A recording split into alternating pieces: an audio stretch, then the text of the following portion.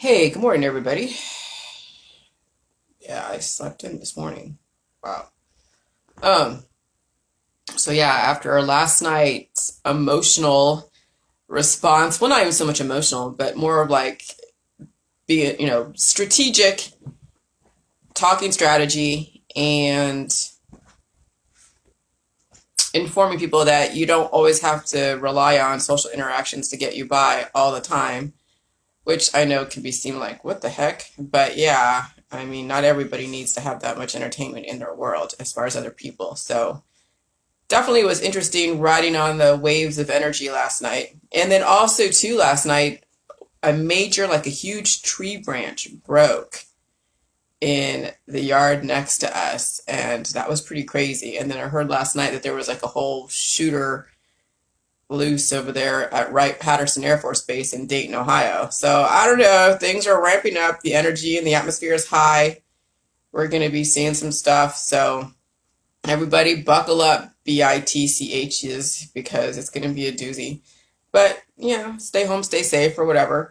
But I wanted to kind of circle back, if I could act like Jennifer Psaki, the speaker, or not speaker, what is she, the White House correspondent? No, I don't know what the hell her title is. But anyways, back when I was talking about the vaccines, when I took the position to be for the vaccines a couple of years ago, and I was trying to provide an argument that made sense because yes, but we're seeing now more of the evidence. Okay, so and yeah, and it's going to substantiate all of your fears, absolutely. So, but it's nothing to be afraid of once you understand where I'm coming from. So, I read this article that in Mississippi, a lot of the unvaccinated patients are bearing stillbirths. Like pregnant mothers are, the kids are stillbirths. So the kids or the babies are not surviving the environment because they're not vaccinated. And I'm like, that makes sense because vaccinations are technology, they're innovation.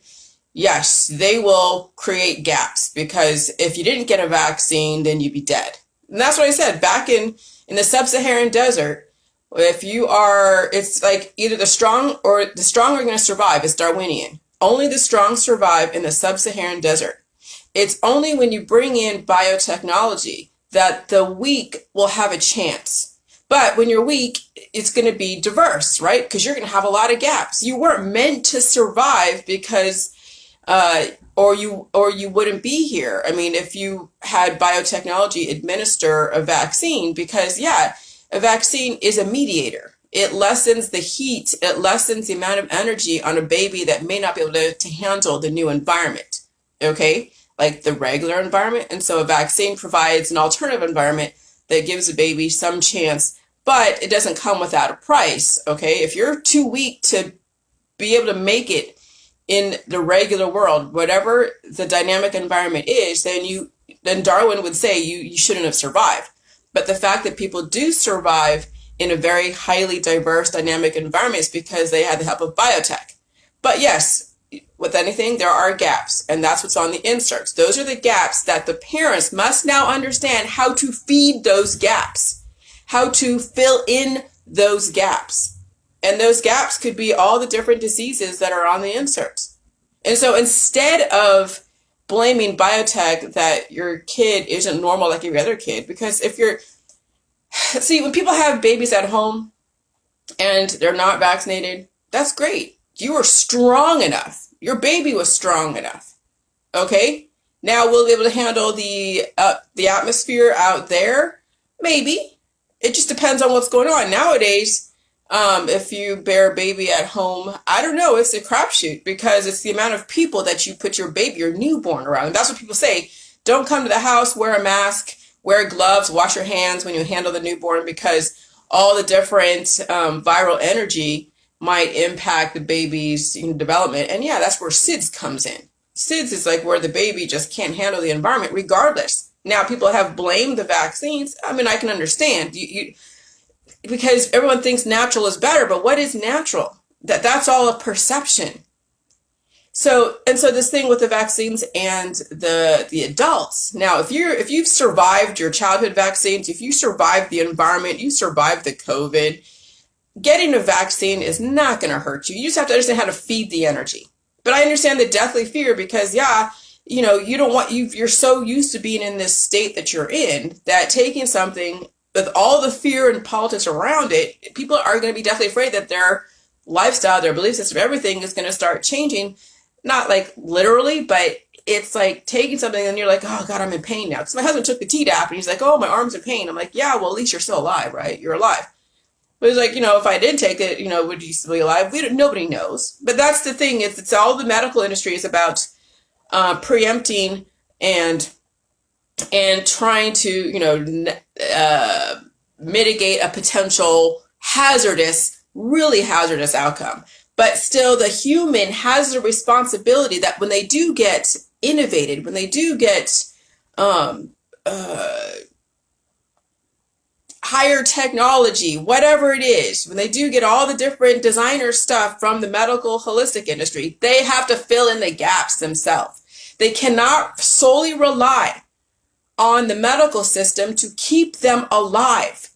You as a human have a responsibility to fill in the gaps where the medical holistic industry has failed to then fulfill.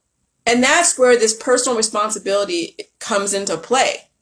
So they got you into this world. Biotech, the hospitals, the nurses, whatever. Yeah, you may be at a deficit. But anyone that is born in a highly diverse society is going to come in at a deficit.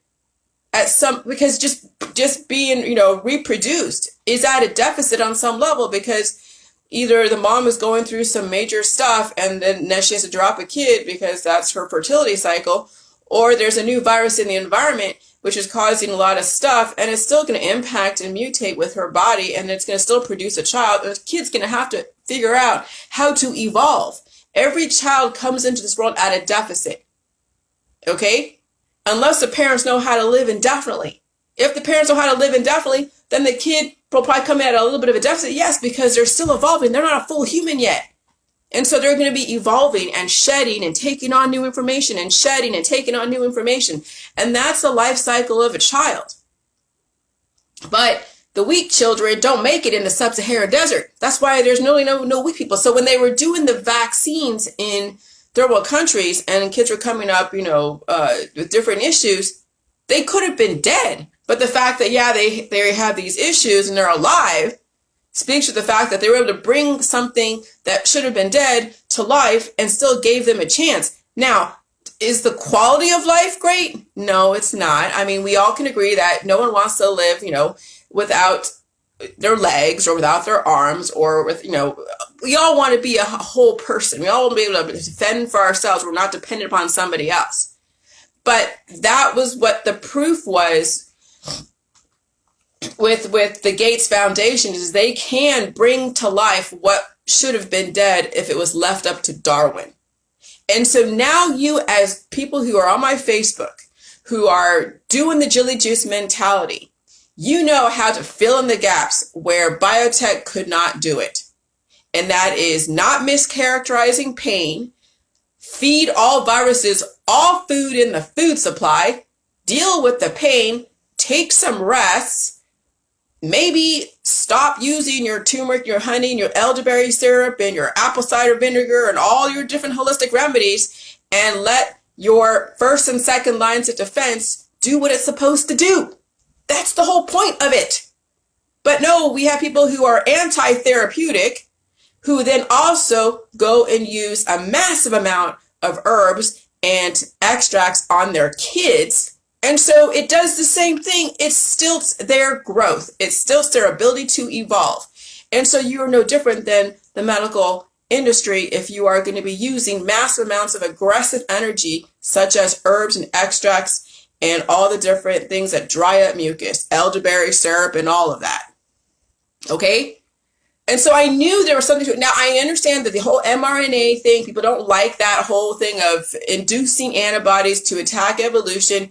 But again, we're in a very highly dynamic environment. There are people who just are weak, just that they're babies. Just pretend that there are people who are like the elderly and who are very immunocompromised. And you know people who are suffering from cancer, suffering from an autoimmune disorder, suffering from something. And so if they go into a crowd of people, it's going to do a number on them. But either way, triggering your immune system to activate, whether it's the mRNA antagonist antibodies or a combination of both. If you were to just get that virus in the raw environment, that activation sequence is going to really take a lot of energy out of that person who may or may not have the ability to regenerate. And so it's still a crapshoot.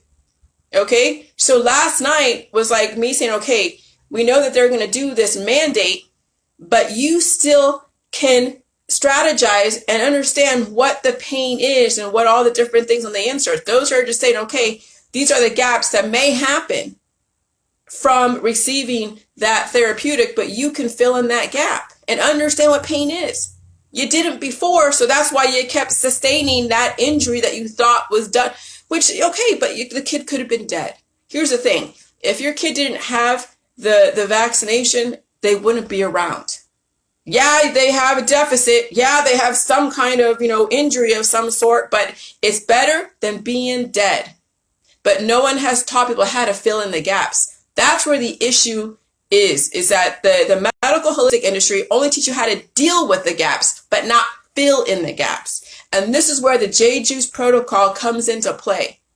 The J-Juice will help you release that programming, and then you feed that child, you feed that human, you feed you, if you are subjected to a vaccine in order to work, okay? And you feed that energy, and then the thing is you're going to have to feel every single latent virus that you ever suppressed, and that will come to surface. It could come in hives, it can come in constipation, it can come in headaches. But then you might see over time your hair from going gray to going black, whatever the original color of your hair. You might be seeing your skin change. I remember having such dry skin prior to me doing the J-Juice, and I was always putting lotion like over here, and I was always like crusty in the morning, and I always had to scrub and do this microdermabrasion. I remember this. And then after the years on the J-Juice, and then also eating all the food supply, my skin changed. I don't have to put any lotion on my skin. You know what I do every morning? I have peppermint oil and water mixed together, and to freshen up, because overnight my body goes through processes, and I just put it on a washcloth and wash my face. I use peppermint oil and water to kind of brush my teeth and just to kind of freshen up. And that's the only thing I do for my skin. That's it. I just eat. Okay? So eventually, when you actually do wake up the latent viruses and you deal with all of that energy and you feed that energy and your body releases the excess programming, none of the vaccinations that you ever had, as well as the therapeutics and the vaccinations that are being administered today, are going to work against you. That's why I said a couple years ago that someone was pissed off that I said it, because this is at the height of the anti-vax movement. I said, I wish they would just mandate the vaccines. So that way everyone would then be forced to do the jelly juice and not play these games. But that was before I knew that the jelly juice was had a curative effect, that people would be then stuck in their predispositions, but they wouldn't have any kind of, thanks, Jessica, but then they wouldn't have any kind of evolution. See, that's the thing. So when you do J-Juice and you stay on it for indefinitely, it lessens your appetite. So then you're not coding and you're not feeling anything either. That's why people were saying they love the J-Juice, because they weren't feeling shit, but that was not the point. But now with this COVID-19, this is now leveling the playing field, and it's a barometer that if you don't feel some variant in the environment, then you're doing too much of J-Juice and you're in a cured state of decline. Get off the J-Juice and start feeling your environment and feeding it, okay? And then figuring out how you're going to navigate your lifestyle, because it may not be the same. Do you really want to be feeling everything all the time, okay? Or let's say that like I said, if you're in a high dynamic job, maybe it's time just to get done with these accounts, save your money, and then take on a lesser responsibility and do the J-Juice and deal with the back and forth of all of the different variants that you're going to have to feel when you go into work, or you leverage your way to work from home and not go into the office anymore. Though I don't know if those options are available for some people. But if you're constantly sick because you have an issue, but you still want to work, and you're not trying to do the systems therapeutics, then maybe you can leverage yourself to work at home and heal. Okay, but that's not always possible, and you have to be really in a special position to do that. So Jessica goes, much respect. Thank you again for the continued positive energy and knowledge. Absolutely. And so anyway, so I remember that I was just like, yeah, I wish everyone would just do everyone get vaccinated, so everyone would be forced to go and do the waterfalls, be forced to deal with all the latent evolution. And then now with the evolution of the J-Juice protocol, of which my next book is coming out next year, because I'm not in a hurry to get it out, because I have a lot more that I need to say, and I have to say it in the right way. But now it's feeding all the energy and getting off the J juice and feeling your environment and not being in a cure state of decline. So when someone says in my group, I can go into a crowd of 40 people and not feel anything, that alarmed me. That really did, because you should be feeling something when you go out there. And the fact that you don't, and that's what sort of concerns me about my husband, but, you know, he's one of those probably superhumans that are super immune, okay? He hardly coughs. He does maybe sneeze a little bit. He hardly blows his nose. He's very, he's in a cured state. Yes, he is aging, but he did feel something last year, but he's one of those that are not going to, he doesn't really feel too much. Or if he does, he feels the pain from, the years of abuse to his body, because what guys do, they fall off of their speed racers and all that stuff. But now he's taking it a bit more easy. He's not now, trying to risk his life anymore. He's being more responsible. He's not getting drunk at bars all the time or at all. And he's just going to work and working with his boat. And then I keep things on the straight and narrow. So I don't want him to keep injuring himself or doing stupid stuff, because you can't afford it now. I thought you could afford it before, but now you can't really afford to do that. And so now you must feel stuff. So you cannot go into my group and say that I feel great, everything's wonderful. But the testimony of people that were on cancer, sodium chloride nanoparticles have been proven to be a cure for cancer, for tumors. Because when they injected a tumor cell or a cancer cell with sodium chloride nanoparticles, they know that those tumor cells and those cancer cells have a high amount of sodium anyways, because the energy of why they replicate very fast. So you add more salt to it, it actually neutralizes the energy and stops it from replicating. And so, yes, sodium chloride is a cure for fast replicating cells. And so that's why you saw a lot of testimonies of people who were saying, oh my God, my cancer is in remission, everything's in remission. Like, yeah, that makes sense why I got a lot of, no more cancer testimonies on the J juice, but then that was it. There was nothing. Maybe other people were like, oh, I don't feel this anymore, I don't feel that anymore. But did they earn it as far as healed, or did they just neutralize? See, with the cancer, you want to neutralize, and then your body releases, and then you regenerate, and you slow down that growth process. But when it comes to evolution, you want to feel, and you want to earn that no more feeling of pain. Okay, I had the worst hemorrhoids. I had the yeast infections.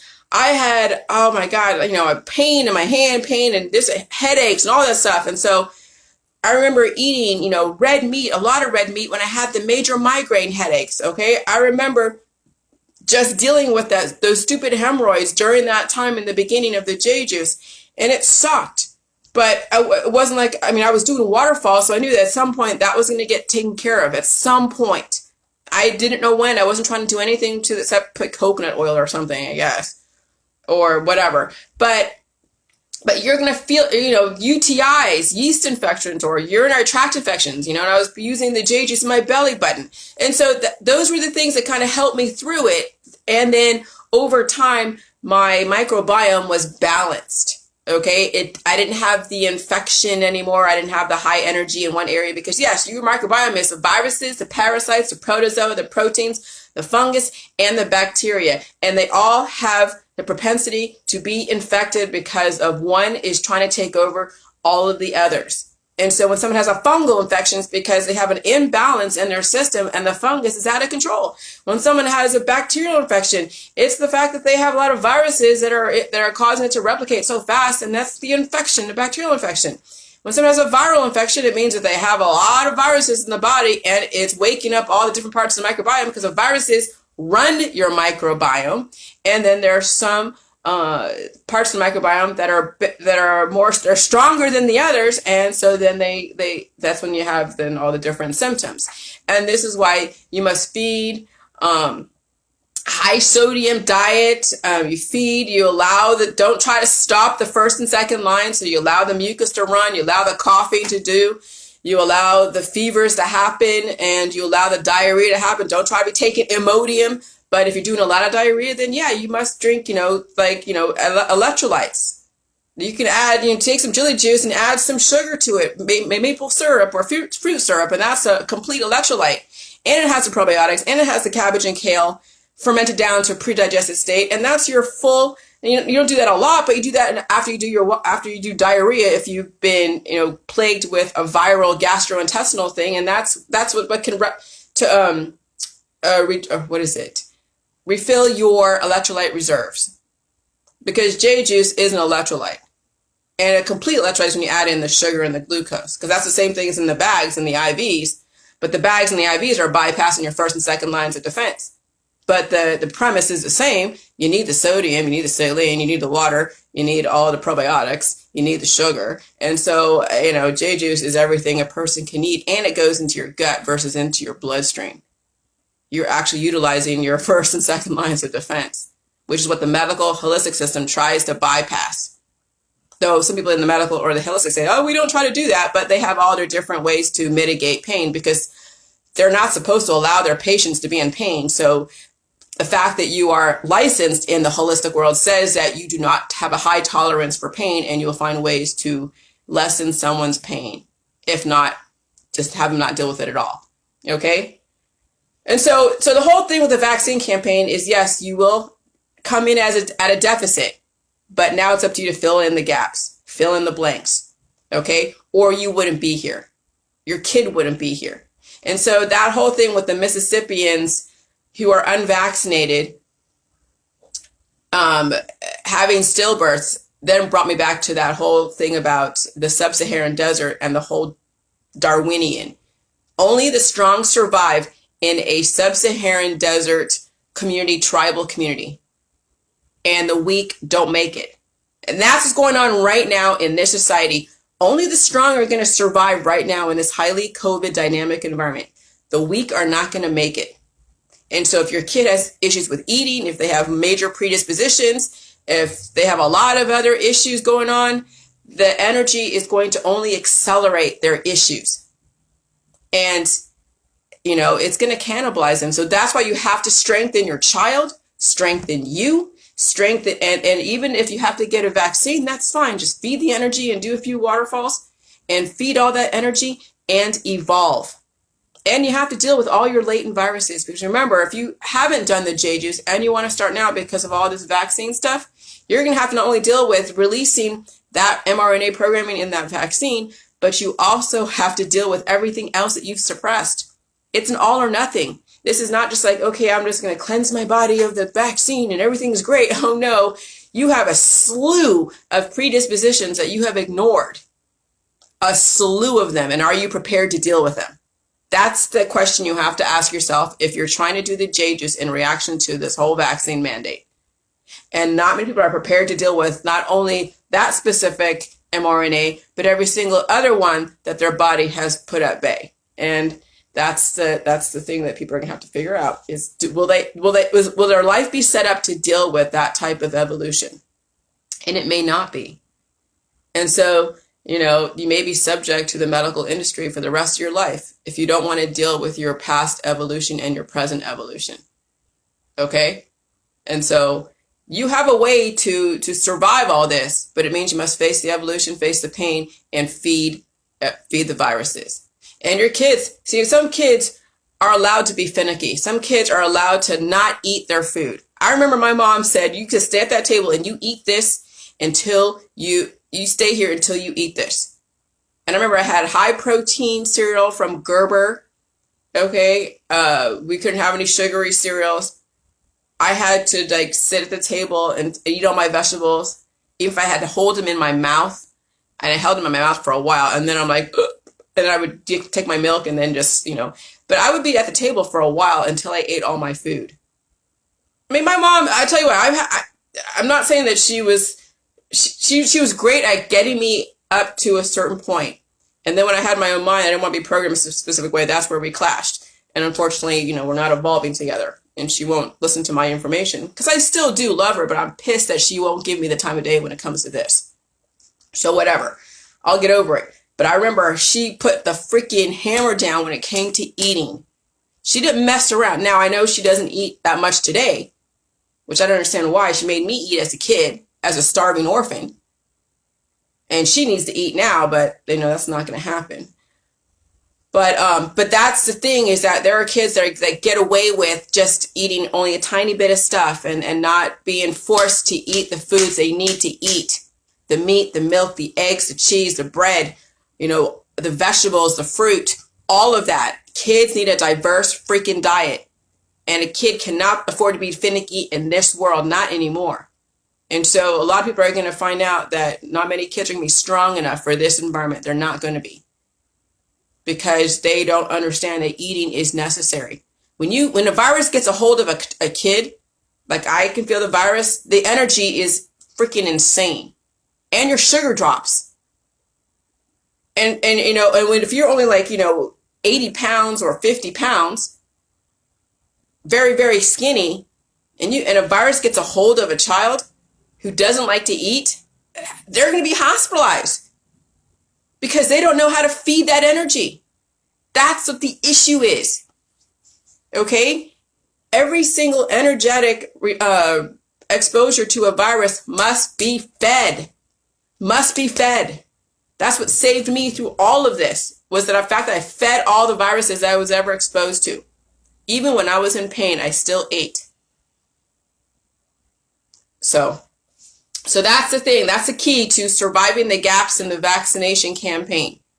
Your kid's alive because of the vaccines. You're alive because of the vaccines. Yeah, you're at a deficit, but at least you're alive, and now you have the chance to correct what wasn't correct in the beginning. And so that makes a lot of freaking sense. And so, yeah, you're going to see a lot of people so scared of everything because they don't understand how to correct that. And so they're on their campaigns out there, activists in California, anti this and anti that. And I'm just like, whatever. I remember what I said about the sub-Saharan desert. Pure Darwinian. We're going to see pure Darwinian right now. And those that choose not to get vaccinated, in pregnancy, they're going to take the gamble. But no, when you get pregnant and you get vaccinated, you're going to have to fill in the gaps. You know it. Just expect it. And don't be pissed off. Because in this dynamic environment, if you're not giving any kind of help to your baby or to yourself, if you know you're weak, how are you going to fucking survive? But even then, if you don't feed the energy, regardless, if you even get a vaccine and you still have issues and it still causes things, you still got to feed yourself, and you still have to stop dieting and stop, doing all the things you're doing that's in the medical holistic. So either way, now people are not going to, even if they do get vaccinated, it may not even help them because they don't understand food. That's the crux of it, is people are starving themselves. And so either way, but at least now with people who have babies and are pregnant, get the vaccine and feed your freaking body. Feed it, feed it, feed it, feed it, feed it. Because the kid's going to need the nutrients to fulfill their arsenal so they can combat their way out into the world. And they have enough substance to deal with everything. And so, this is some interesting times. Anyways, I'm going to go, but I just wanted to give you that perspective regarding the vaccines. They're not bad if you understand that you have to feed and fill in the gaps. All right. Or you wouldn't be here. Because remember, the sub-Saharan desert, only the strong survive. And that's going to say the same thing nowadays with the COVID. All right, bye.